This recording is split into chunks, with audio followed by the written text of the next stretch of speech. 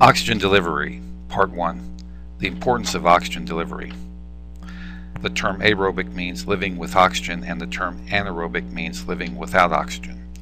It is really that simple. One hears about aerobic exercise or anaerobic exercise, which simply means exercise with and without oxygen. One hears about aerobic bacteria and anaerobic bacteria, which simply means bacteria requiring oxygen and bacteria requiring no oxygen. On the biochemical level, wound healing involves chemical reactions which require the use of oxygen. This is aerobic metabolism. If one were to look at the biochemical pathways, well known to any student studying biochemistry, you will see how important it is to have oxygen. The production of the energy compound ATP, adenosine triphosphate, and many other energy-rich compounds require oxygen. But this is the topic of another presentation, or for a class in biochemistry or physiology.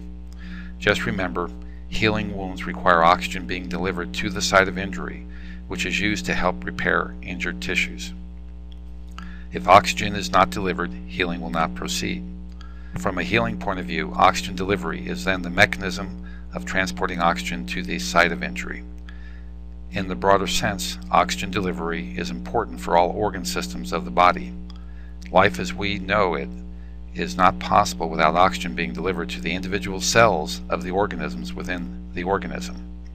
Simply, if oxygen is not delivered to the brain, that portion of the brain that does not receive oxygen dies, or more accurately, does not function normally. This is a stroke or a transient ischemic attack, a TIA. That portion of the brain not functioning will be seen clinically by any number of ways, on the physical examination and in the studies ordered in an emergency room setting or a stroke center. Intervention will be directed at delivering oxygen to the brain. Another example is the heart. If oxygen is not delivered to the heart, that portion of the heart not receiving oxygen does not function. The heart is a pump for the body's blood. The entire heart acts in a coordinated way to pump blood to the entire body. If a part of the heart is not functioning well because it has a lack of oxygen, then the ability to deliver oxygen to other parts of the body is impaired. The lack of oxygen delivery to the heart is a heart attack.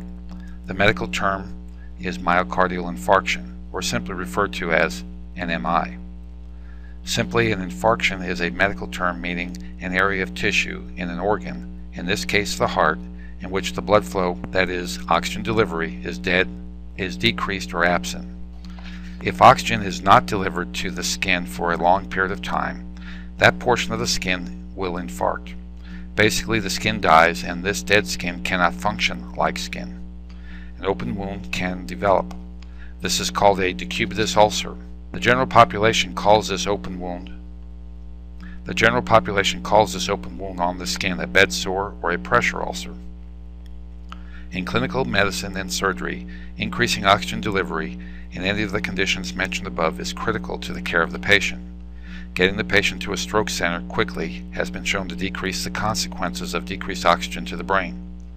Getting a patient to a hospital quickly with chest pain related to the heart has been shown to decrease the problems associated with a heart attack. And so it is with wound healing.